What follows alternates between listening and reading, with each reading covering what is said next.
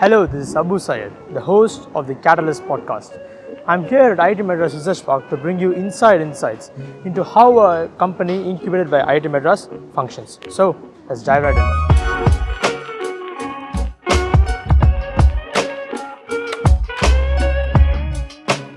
Hello and welcome to the Catalist Podcast. I'm your host, Abu Syed, and on this podcast, I'll be bringing you closer to the guests and the creators and the innovators of our time, and presenting to life through their eyes. Right? This is a podcast for the changemakers and the rule breakers. So, the pilot episode of this podcast is about a big problem. Not a great start, you might think, but this problem has been plaguing us for quite some time now. But thankfully, we have two incredible minds here who found a solution to this plaguing problem. Sanitation is a basic necessity for human dignity and well-being, says our beloved Kofi Annan. So, sanitation is not just about cleanliness. It's about our fundamental rights as human beings, and it is also about our civilization as a society, right? So, who I have here are two martyrs, the co-founders of a revolutionary company who found a solution to eradicate this ever-prevailing problem. Welcome Divanshu, Kumar and Bhavesh Narayani of Solinas. Hello. Thank you for having me. It's a pleasure to have you on the podcast. So, what is Solinas? I think it's best to let the creators of it explain it. Yeah. What is Solinas? Yeah. So, Solinas is essentially a company in the field of asset management. We identify ourselves as climate tech, deep tech company, where we're focusing on developing robotics and digitization to solve for the problems of water and sanitation that can actually affect climate change and sort of some way improve the crisis that we have looming on us. And we have like 6 co-founders with us, me, Bhavesh. Monica and Linda are not available today, along with the 2 professors from IIT Madras, Professor Krishnan and Professor Prabhu. And we came together on a mission to essentially bring robotics to this field of water and sanitation that is much needed. We are very passionate about solving for water and sanitation because we have been there for a long time, and we see that the problems affect everybody. We talked about sanitation. The other problem that we work on is water, where we talk about how the leakages and the worst condition of the pipelines that are there in drinking water pipeline, how we can identify them early on and solve for them much faster than the conventional methods. In sanitation, we are focusing on the problem of manual scavenging, where we're trying to essentially clean the dirt and the fecal sludge blockages from inside the manholes and septic tanks, so that no human being essentially has to go inside and put the dignity and life at risk to do that. So this is in a nutshell what we do at Solinas. That's great. That's I think what I find most fascinating about your company. It is not just a technology company. It is a technology company that's solving the complex intersection of problems like political problems and problems of marginalization, social problems. So it's incredible to see such a great venture. So we're actually recording this at Solinas' office right now. So you'll be seeing a lot of shots from the office, in its raw, authentic manner. Yes. So that should be great. And okay, so what do you both do at Solinas? I think you can explain to the viewers. Sure, Bhavesh, you can start. Yes, so I am basically the product head of Sanitation side. So where I take care of the technology part of the HomoSat robot, and we have a team like where I manage design team, operation team, manufacturing team, and so. And I, as a CEO, take care of the overall business, investment, and strategy for the company. So I work very closely with the tech co-founders who work on the product side, how the product will translate into business, who will be the key clients, so the policy-related work that will happen. So the overall oversight of the business. Yes. Okay. So let's talk about the operations and impact of Solinas. The main question I had was regarding the fact that this is a social impact venture. So, as a social impact venture, I understand it's quite very hard to balance between profitability and affordability. And the main thing is, I actually met Mr. Chandrasekhar from Watson the other day at a meeting. Yes. I'm sure you heard of him. They make water filters. They make a lot of other products. Their flagship product is a water filter, a very low cost water filter for villages and municipalities that can't afford very high tech water filters.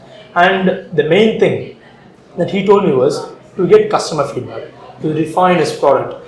It's not like you're building a platform or a software where you can just send out a digital survey and get customer feedback in real time. You have to actually go there, go to the villages, talk to people, and build them with their opinions as the foundation of it. So he told me he visited around 2,000 villages across India to build this product. So I assume it's the case same for you, right? So you want to tell me about that? Sure. I think I can take up the water part. So Bhavesh can take up the sanitation part. So with respect to water, we essentially found our customers, the right customers, by doing interviews. We were part of this program called GDC at IIT Madras, Balakrishna Deshpande Center for Innovation. And we essentially interviewed about more than 100 customers to understand what was the problem. We were not pitching our solution, just trying to understand what their problem was with within disparities, industries, and so on. And what we realized from them was the systemic integration of assets is very bit challenging. If you look at any city, a city generally in terms of its water sanitation infrastructure has fresh water lines, which is called the distribution lines. Then it has the grey water lines, which is the sewer line, and then it has septic tanks. Wherever the centralized systems are not available for waste management, there will be septic tanks. Now these three form the backbone of the entire industry. Conventionally, there have been not much technology adoption in this segment. So the management of these assets in terms of leakages, cleaning, contamination, condition assessment, and all of this is a very big challenge. So that's how we essentially got to know. And our products have improved significantly from the way that we had initiated. So one of the things that we have in the organization was what we call customer obsession. Right? So for example, the first time when we had Endobot, the Endobot we had developed was used to go around pipelines above 200 mm in diameter.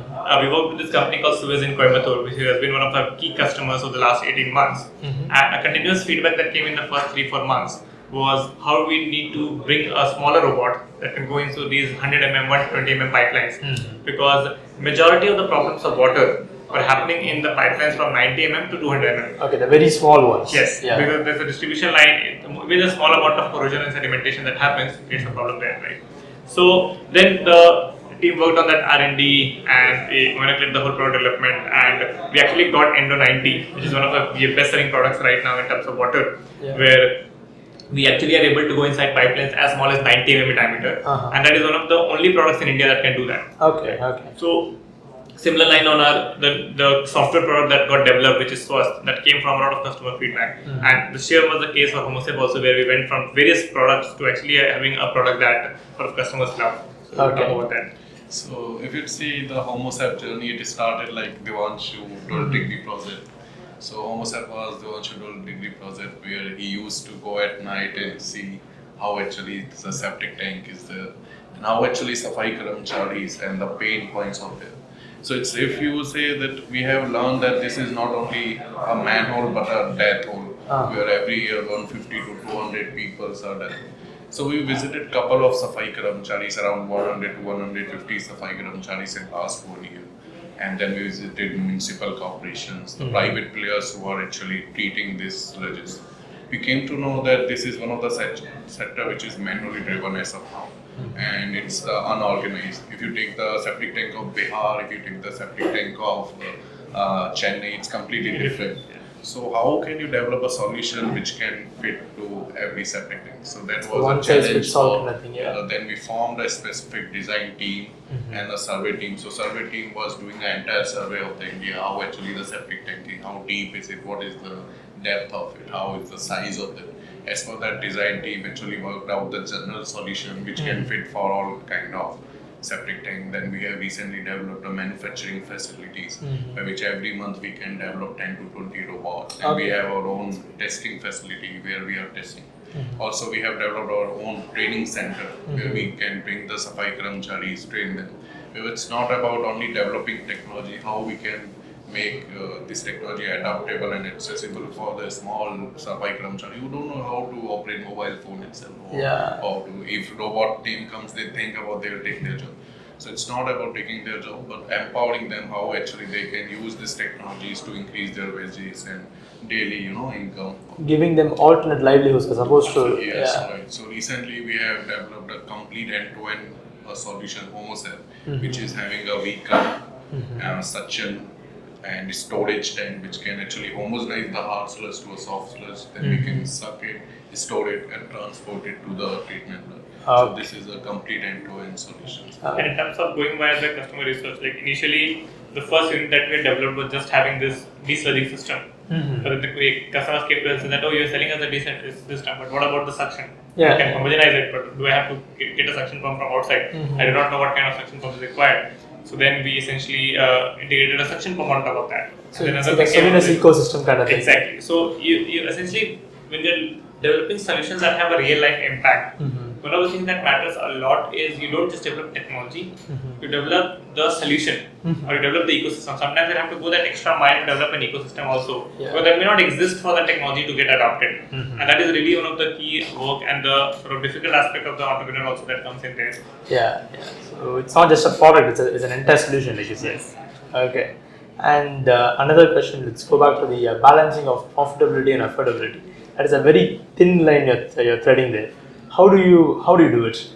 No, I think it's really about the clarity that you need to have. Like, of course, one thing that we realize is if we are not really having a good business model, we will not survive. Yeah. Right. So survival is of course first.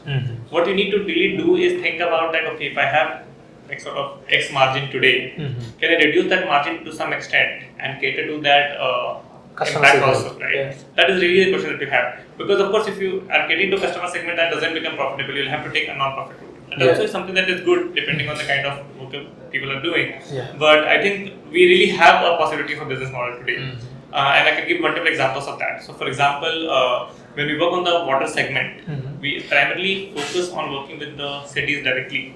And we have ecosystems in place through which we are creating that social impact. For example, when we are talking about pipeline inspection and diagnostics, earlier in manual methods, it would take about 3 days or 2 days for them to identify where the problem could be. In which case, a lot of water could get lost, it could get contaminated. The people who are directly drinking from the tap could be drinking that contaminated water and having a lot of health issues. But now that we are able to solve that in less than 2 hours, the turnaround time essentially ensure that less water gets wasted, so it's better for the environment. People actually get drinking water if we are able to find the condition of the pipeline that needs to be replaced, and we can report it to the authorities, and then they can actually get a new pipeline done. It actually solves a lot of public health issues also. So directly delivering drinking water to their pipelines. Yes. And if pipelines are not good, which means that drinking water will also be not good, it will be contaminated. Yeah. So if we are actually working on identifying the pipelines which are bad and can get them replaced, indirectly you are essentially impacting the customer. Okay. Similarly, if I talk about the sanitation field, if we are actually able to develop a product which is competing at a similar price range to what the contractors of the cities are using right now, we can essentially have a much safer product come in for them to operate in. Their income may also improve significantly. The added route that we are taking here is, okay, apart from directly doing business with the cities and the contractors, can we have a micro-entrepreneurship model where we can get the capex cost of our machines funded by a corporate or a philanthropic agency or even subsidized by the government, and then we can train some of these Safai Karamcharis directly to become owners. That is where we are going that extra mile. This we'll have to do as an extra, not the core business model of the company, because it doesn't become like sort of core business of ours, right? This is we are doing because as founders we are passionate about going that extra mile for social impact. So that is what we are doing. And fortunately, the ecosystem in India is quite good in terms of supporting this. We have got a very fabulous CSRs like Wells Fargo, Capgemini, NSA Foundation, LTTS, who have supported us with like providing some of these units. We also have some of the governments that we are working with to provide for subsidies. Ministry is quite proactive. And then there are non-profits like Jan Vikas, Tamate, HCIDF, who are very proactive about adopting these technologies and essentially working with us on training these Safai Karamcharis to make it a sustainable model. Okay. I think with the support of the ecosystem that we have, we are able to go that extra mile for social impact without compromising on the basics of the business model that we have to keep. So you retain your business model while also taking care of the social impact that your venture has. Absolutely. Yeah. Okay. So that is what the fundamental of the business. Yeah. Yes. Okay. Well, I mean, here's a golden question.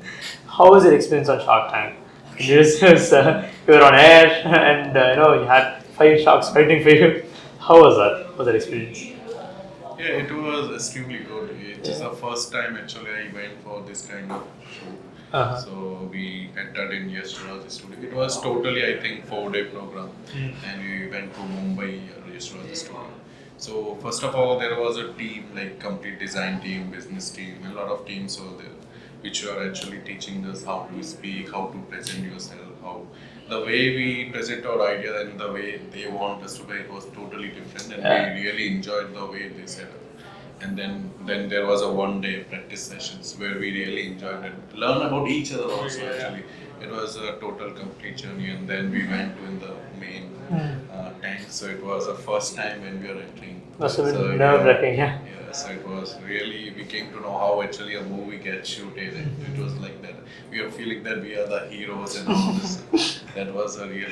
You did. You got your you got what you wanted, and you had two amazing partners. Yeah. And I was shocked that we presented our idea in our company in 2-3 minutes, and all the sharks were able to understand actually what you are doing our entire journey in just 2 to 3 minutes. So that was quite surprising. And they gave us a lot of positive inputs, how we can further improve and how we can further grow, and also we got the deals. So that's great. I think just the fact that the kind of positive reinforcement that came for us in terms of acceptance of our technology and really the way that we had thought about it, it was just a lot of positive feedback. So that really felt good. Because if you look at Shark Tank, primarily a lot of like D2C consumer-based brands really get promoted there. Technology like ours do not really do well there. It's mostly a very deep tech one. So in fact, like of the overall shooting that happened, like more than 40% of our time just went into explaining the products and the technology. They were very, very patient to listen and understand. So I think that was really a good positive thing for us in terms of the way that adoption happened. I think the story also, the way that it came out on national television, really very good. So I think overall, very, very good experience from the Shark Tank. That's great. Okay. And speaking of Shark Tank, the people who presented there, I think it was you, Divanshu, and Linda. So I guess that's that diversity where there's 4 different people from different states of India, different parts of India coming together and building a product that benefits the nation. So you want to talk more on the diverse culture you have at Solinas? You want to talk on that? Sure. I think culture has been something that has been very, very important to us right from the beginning.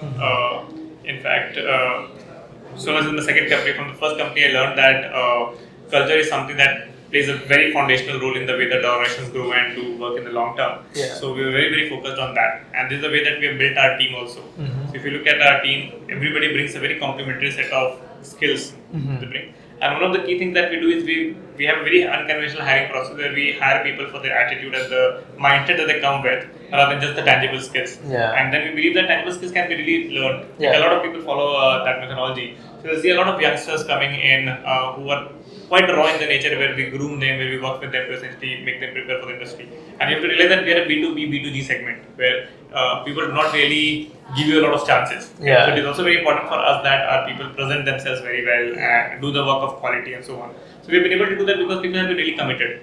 We have had employees who have come from like tier 3 towns and so on and have stayed with us for a long time. Prem joined us very early on in 2019 and have stayed with us since. So that has been something there. If you look at office space, we have like sort of a space where people can just sit down. People can be in the chair. There's a sort of mat. They can just sit out and work. We used to be seeing that because I saw that and I was like, okay, this is the thing that I wanted to mention. So I think one of the things that we keep very much believe in is that give people the right ecosystem and space to sort of grow. Do their own thing. And then they will do their own thing. We've had like a lot of good experiences at that front. I think that has worked out really well for us. Because I guess because you're a social impact venture, you have to fix the social stuff internally so that you can fix it out externally. That's I think the important part is that you don't just say these things, you actually do these things. Exactly. That is really the key part. Fact doesn't be preached, kind of. Okay. Anyway, do you have any ideas to expand into the D2C segment where you for example, let's say my pipes clogged up and I just come to Solinas and then I purchase a robot, it fixes up my pipe. Home set, for example. No, I think we believe that there's a lot of play in the enterprise segment itself, and we really want to eye for the higher impact long-term picture there, because what we realize is the kind of work that we do, unless we really fix things at a city or a policy level, the impact of that will not translate. Right? So that's why I think our focus will primarily be on the enterprise segment. Eyeing sort of governments, industries, utilities, and so on. We may diversify different industries, we may diversify to a different geography, but that will be the segment that we'll currently be targeting. Okay. Because I think once we're able to fix the enterprise side of things, let's say industries or the municipalities, then a lot of the household issues will sort of slowly get solved over time. You don't need to start from the customers. Yes. Okay. Well, another important thing I want to discuss is your personal growth, from when you started the company to where you are now. So, do you want to comment on that, both of you? How you started. You started as a college graduate, and now you're here with a lot of, I guess, social strength behind you. So, do you want to comment on that? Yeah, so when I started, I did my master's from IIT Madras. So I was kind of introvert kind of person. Yeah. And I was coming from a research background. So my master's is in core in design research, where I was continuously 4 years I was doing research in one of the mechanisms. So coming from there, I met to Divanshu. So he told that I'm looking for some person who can contribute more in technology. So I came as just as a design mainly. I was just doing individual design. Then I came to know that team is expanding and this market is too big, and the problem is it's too big. So he said that we will have to hire more people. So he gave me, you hire one more mechanical design. Then I started hiring one more person. And then like that, demand came more, so we started hiring. Then it became 5-6 bunch of people. Then he said it's mechanical is not enough, we need to hire electronic also. I am coming from mechanical background, an introvert person, how should I? Then I started learning about electronics, we hired electronics, then software and so on. So this is the first thing that I learned to make a team. Yeah. So it's, if you say that as a leader, the personal growth happens from your team. If your team is growing, so you are growing. Yeah. So it's the simple. It's not only about the product. It's more about the people that you are working for. So that was a big lesson for me, that how actually you can manage a team, how you can become a good leader. So people should actually listen you, follow you. There are two kind of different skills needed. Like one person who can think, other person can do. So first my job was to doing the thing. Then my job shifted to just think, and others should do what you think. So that was. And second thing that I learned is, the first was this mainly in the hiring, team management. And when I was doing my master's or study, I was just thinking about 1 year, next 1 month that I have to clear exams. But when you work in a startup, you have to think like, you have to set like after 1 year, 3 years, 5 years, how you're going to take the company. And you're not thinking about yourself, entire team actually, how your design team will go, how your manufacturing team. You have to give proper directions. If your direction will actually not be clear, the team will also not go, and it will affect the entire organization. Even we are 6 co-founders. If one co-founder is not doing well, suppose, then entire organization will fail. Yeah. So that kind of good bonding we have to maintain, that kind of communications we have to do, that kind of collaboration is needed. So this is what a change that came in like 2 to 3 years in me. So you grew as a leader, you grew as a person, It's right. great. No, I think very similar point to Bhavesh, and I think add on to that, I think just the fact that you're meeting a lot of people and you're getting exposed to a lot of things that are happening around, that it's a phenomenal value add. Like especially I think in a non-tech role that I'm in, like I have to look at like some of finance, I have to look at strategy, HR, marketing, branding, business. I've never done like sort of enterprise sales before, never done policy related work before, long-term sales cycle of like business development, all of that like we have to do. You have to really have people who are smarter than yourself, and that's really sometimes a difficult task to do, right? So I think a lot of those learnings have been there, and I think that learning will never stop, because the moment we essentially come at par with what the organization is today, the organization would have changed again, and then we would have to like sort of continue to improve, right? So that I think that is really the thing that I love about entrepreneurship. It gives you a scale of growth that is like sort of generally not possible at like conventional organizations where you are working for somebody. So that has been really fantastic for us. So you've gone from an individual thinker to a holistic thinker, where you think about all aspects of the business. And you have to take care of a lot of stakeholders also, right? Like there are investors, you have to ensure that investors are happy, you have to make sure that customers are happy, you have to make sure that, more important, the team is happy in the way that you're doing things. So a lot of like sort of juggling between things, understanding what people's expectations are, keeping up to those expectations, still trying to do good for the organization, making your own decisions that are right. A lot of these sort of complexities come into the picture that I really love. Okay, this is balancing aspect of it. Okay. You mentioned 6 different co-founders for the company, right? Can you talk more on your mentors? How impactful they've been? How impactful the ITM Research Park ecosystem has been to you? Because it puts you at a significant advantage over other companies, this entire ecosystem. Can you comment on that? Sure. I think at the early stage, mentors become really important for you to really take the right direction.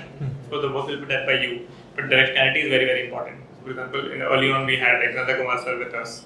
He is the CEO of ICCW, International Center for Clean Water, is out of here itself. And we spent a lot of time thinking about the way that the product should be, how should we approach our customers, what should be the pricing model for us when we don't know anything about the market and so on. Right?